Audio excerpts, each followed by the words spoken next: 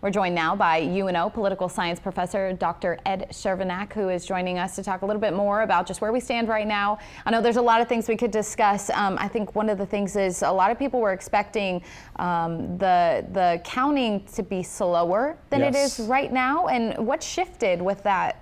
Well, there were fewer mail ballots this time around, about 30 million fewer ballots, because in 2020 we were dealing with the pandemic and COVID, and so a lot of people relied on absentee ballots. But this time there was far fewer, plus they put in place processes and basically bought new machines and hired more people to count those ballots, because they didn't want to go through a multi-day count like they did 4 years ago. Sure, and I know with that, as you know, a lot of people were questioning how long it could take. I think, like you said, getting these results a lot faster than last time around. Yes. Another part of that, of course, is the integrity of the election. That's been called in question the last go round, and so a lot of people were concerned about where this could go. Do you expect, seeing the margin here with this election, do you expect any of this to be taken to a lawsuit? I kind of doubt it. I mean, Vice President Harris basically said if she loses that she'll accept the results, and that's traditionally how we handle elections here in this country, right? The loser this basically concedes, the winner then takes the oath and assumes office. President Trump has run on a platform very focused on immigration as one of his main focal points.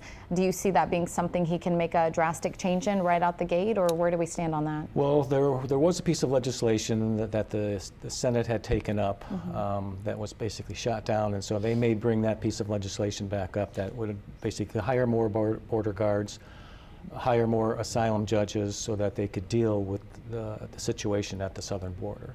And so, you know, this is one of his major issues, so I suspect that this is one of the things he's going to be dealing with on day one.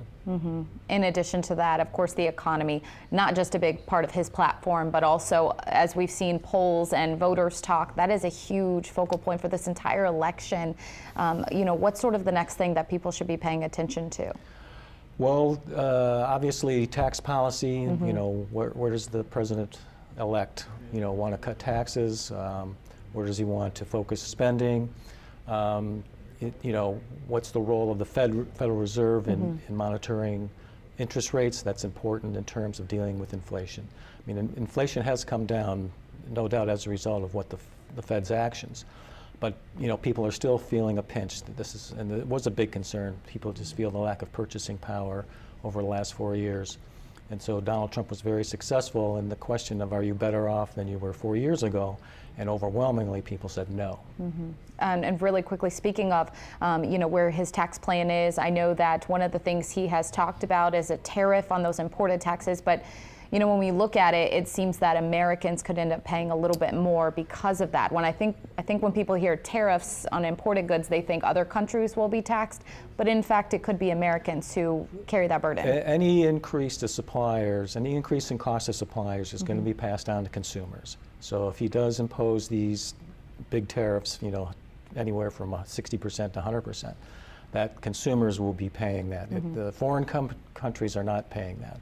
So it basically becomes a national tax. All right, something to consider, but we really appreciate your time. Great insight. Thanks for having me. Thank you so much. And of course, we talked about the Federal Reserve. Don't forget, they are expected to make that second cut for this year.